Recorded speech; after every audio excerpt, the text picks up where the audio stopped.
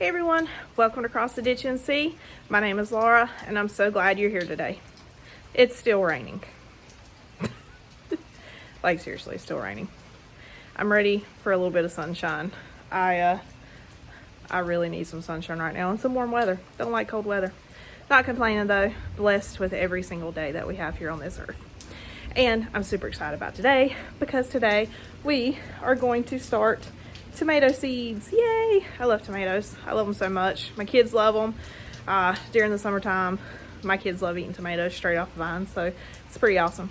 So I'm going to try some new varieties this year and plant some ones that we know that we really like. So stick around and let's get ready to plant some tomatoes. If anyone is curious about my Santa stop here sign, I'm hoping Santa will stop here and bring me some extra goodies throughout the year. Figured if I left a sign out that, he might, maybe not, I don't know. No. Does everyone have that one Christmas decoration they always forget to put up? Last year, it was the mistletoe that hangs between our kitchen and our living room. This year, it was the mistletoe and the garland and this Santa stops here sign. So I'm just going to leave this here, and I left the mistletoe and the garland up. It may be tacky, but I don't care. I think it's funny, something to look back and laugh at. Alright, so I am going to start tomato seeds today, and I'm also going to start my loofah. You heard me mention in the intro to the video that loofah has a really long growing season. It really does, and you have to harvest the gourd before it gets hit with frost. So, this does not tell you how many days till maturity. I'll have to look it up and let you know. But I do know that no matter where you live, even like where I'm at in zone 8A, we have to start, but I've been told that in the loofah, you definitely have to start early. You can't direct sow it because you won't have enough of time for it to mature and to produce the gourd for you to harvest before your frost hits. So I'm going to get that started today, as well as several of my tomatoes. All of these seeds will be just like my pepper seeds. They'll go inside on the heat mat until they germinate, and then I'll keep them under a grow light after that. Tomatoes need warmth to germinate, so they will be on the heat mat along with my peppers. But I am super excited. I am ready to have some fresh tomatoes. Nothing like store-bought tomatoes, they don't have a finger on fresh tomatoes. They're so good. So I have my seed starting mix here. I have a big container of it, and I'm going to get my trays out and we're going to get started. So with seed starting, like I've said before, it's not complicated. Some people may try to make it complicated. It's really not that complicated. You literally put dirt in a container, you put your soil in the container, and then you give it some water, and voila, you have started seeds. The only difference is knowing the time frame to start seeds, if you are starting them indoors and starting them early, and also what seeds you can start and leave in a colder environment, and then what seeds need a warmer environment. So the easiest way to remember that is if the seed produces in the summertime, so like your cucumbers, your squash, your tomatoes, your peppers, they grow in the summertime, so they're going to need a little bit warmer of an environment to start. So that's why those seeds, once I start them, those trays are going to go inside my house where it's warmer. But my spring and winter, like my spring, fall, and winter vegetables, so think like broccoli, cauliflower, lettuce, things like that, cabbage, all of those things, I'm leaving right outside underneath my grow table, which is right here to my left. And they will do fine. They will germinate and grow just fine, albeit a little bit slower, but they'll germinate and grow just fine out here in the cooler temperatures. But right now we're going to focus on our summer vegetables, and we are going to start our tomatoes, and I'm so excited about that. So I have my tomatoes picked out that I want to work with, and I have already made my labels, just like you have seen in previous videos. I might have to go get some more rain to put in my watering can. Alright, so I got my loofah seeds from Baker Creek. You can see there. I've never grown these before. I'm so excited about it. Fine. I'm going to start 2 of those, maybe 3. I don't know. Oh, actually I'm gonna do 4. I made 4 labels. I did this last night, so I can't remember. So I'm gonna do 4 loofahs, and because they are gonna stay in the seed trays for so long, I'm gonna go ahead and start them in a bigger cup. Once again, if you don't have like the seed starting trays and cups like this, you can use like solo cups, toilet paper tubes, things like that. As long as it holds the dirt, you're good to go. All right, some of the other tomatoes I'm going to start. Brad's Atomic Tomato. I've heard a lot of really good things about this. So I'm going to start 6 of those because these are smaller tomatoes. So I'm going to start 6 of those. A Container's Choice Red Tomato from Haas. Container variety. So I'm going to do those. Cherokee Purple. Okay, so I never had these until last year. If you've never tried them, you need to try them. First of all, they are the most beautiful, like purple, red, and green, like a dark green. That's the only way I know how to describe it. And the flavor is unlike any other tomato I have ever had. It is so cool. A friend of mine introduced this to me last year. I referred to it because I only had 1 plant of it last year. I referred to it as our COVID tomato because the way that this tomato came to be in our home was a friend of ours that I work with, he got COVID pretty early on in the pandemic, and it was during the prime like seed starting time, and so I had a lot of extras, so I gave it to him, you know, here, have some seeds. And he found a Cherokee Purple tomato, which happened to be one of his favorite tomatoes, and he bought one and brought it to me. So I planted it in a container in my yard and started growing, and I was excited because I like trying new things. And it quickly became my favorite kind of tomato. I loved it when one was ready to be harvested. I was a little selfish and kept them to myself at times, but they are so good. So if you've never tried it, I highly recommend you give a Cherokee Purple a try. All right, gonna set you back down. I cleaned my carport too. You've seen your previous videos, it's been messy. I finally got time to get here and get it organized. Another new tomato that I'm trying this year, I got it because I want to grow it in my green stalk. You can grow regular size tomatoes in your green stalk, but I wanted more of a determinate tomato that will only grow to a certain size. And so I stumbled across these. Someone was talking about them in a blog that they had grown some in their green stalk. So I'm going to do this in my green stalk, and it's from Baker Creek, and it is the Micro Tom. You see how small that grows, but they say it produces a lot, so I'm excited to try it. I'm going to start 12 of those, or how many ever seeds are in that packet. I'm going to start a lot of those because I want to have a lot of those in containers. Dr. Witchy's Yellow. I've never had these before. I'm excited to try those. Most of my seeds are like tomatoes we've never tried before. Bella Rosa. These are delicious tomatoes, as you can see. These are some left over from last year. These are from Haas. They grew really well last year, and they were really, really tasty tomatoes. So I'm super excited to have those back again this year. My Mortgage Lifter tomatoes from Park Seed Company. We're going to grow those again. And these are seeds that I saved from what we call our compost tomato. So in our compost bin, we had this vibrant yellow-orange looking tomato growing. Never grown a tomato like that before, never bought a tomato like that before. So we figured it was probably some sort of cross-pollination thing.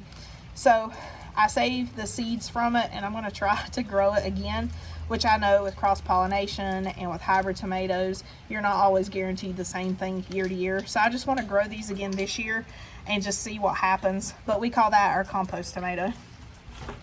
And last, but certainly not least, another variety that I'm going to try, and this isn't necessarily a tomato, it's more in the tomatillo family, but it is a ground cherry.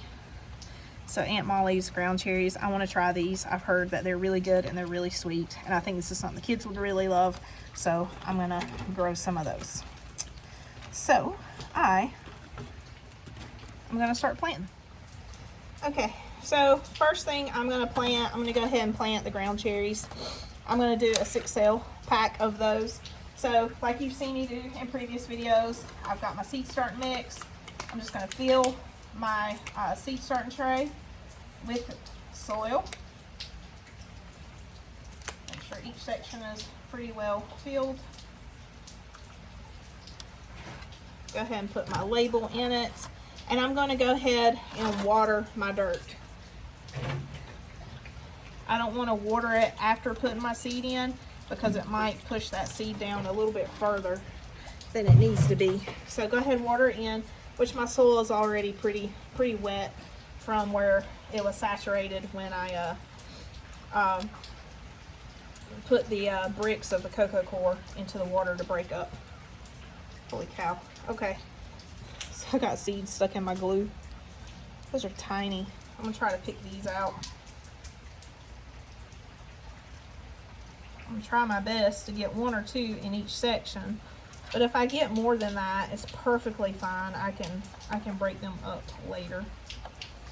They say these things are like really prolific producers and that they will like grow back year to year if, you know, they fall into the dirt. So I'm excited to try these. They talk like they're really good.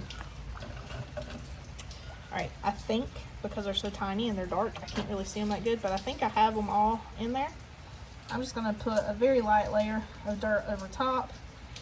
Nothing much, because these you do not plant very deep. Not even 1/4 of an inch.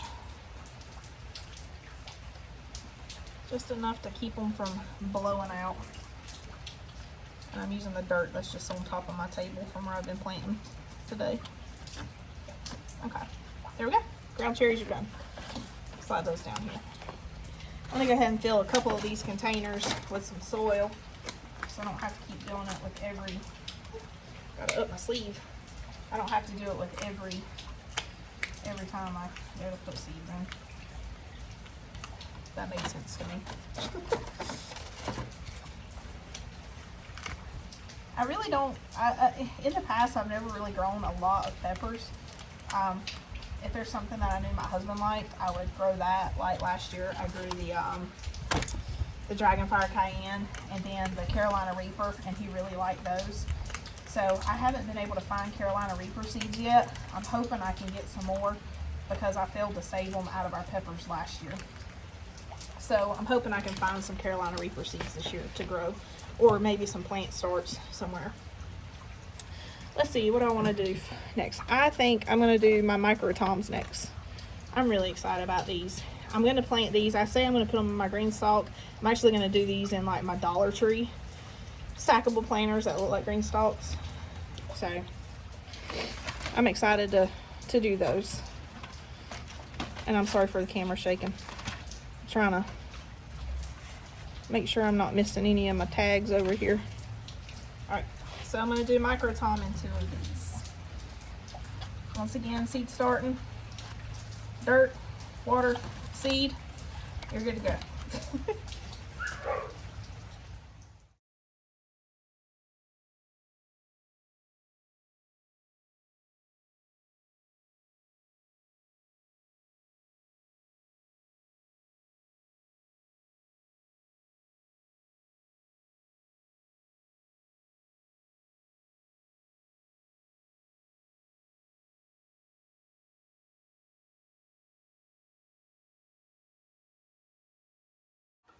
All right, there we have it. Now, tomatoes, I succession plant. So here are a bunch to get me started. Once again, some of these are going to be given away. I'm going to plant some for one of my neighbors who likes to have some tomatoes at her house in containers. But tomatoes, I will succession plant throughout the season, and I won't even use seeds the entire time. I'll actually like break off a part of the tomato and plant it, and you'll see me do that in future videos just so I can propagate new tomatoes from ones I already have growing and already have kind of a head start. I actually planted a little bit more than I originally intended to do so, but here is everything. I planted some extra of the microtom because I had like 4 seeds left, so I said let me just go ahead and plant those other 4. So then I planted some extra Bella Rosa, and I ran out of little sticks or my little labels because I had decided to plant extra, so I switched to using popsicle sticks. Works just as great. All right, I'm gonna throw some perlite on top of these and get them inside. So like I've said in previous videos, a lot of people mix perlite into their potting mix or their seed starting mix. Mine already has some in it, but I've been reading about people using perlite on top of it to help control moisture. You definitely want to do this outside because of all the dust you see blowing off. This stuff is super lightweight, super fine, but it'll help retain moisture, hopefully reduce issues with any type of fungus growing on top. Some people put cinnamon on top also to help with like fungus gnats. I might give that a try on some of mine just to see how that goes. But got all these started. And that is it.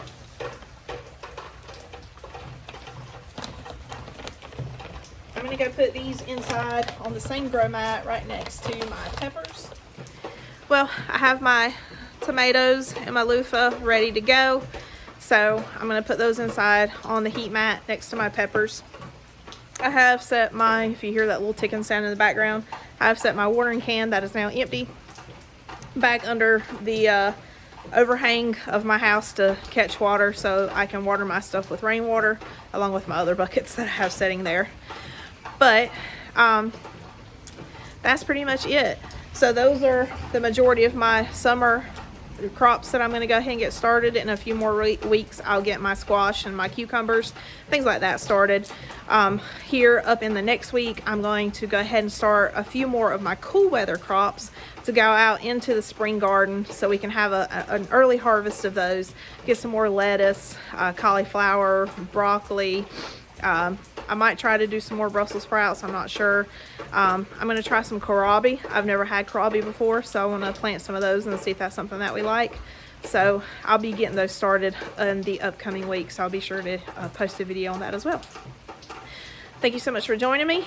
I hope you will go out and get you some seeds and start planting on your own. And if you don't want to start from seed, I'm sure probably in the next month or so, you'll start seeing some plant starts show up in your local nurseries, farm supply stores, and big box stores. So I bet a lot of farmers markets and stuff will start having some as well. So get you some of those, get them planted. Once again, you don't have to have a big area. You don't have to have a field. You don't even have to have a yard to grow food. All you need are a few containers and some water and just the will to grow plants, and you can do it. It's not that hard. Thank you so much for joining me. I hope you have a blessed day, and I hope you'll come back to see me again.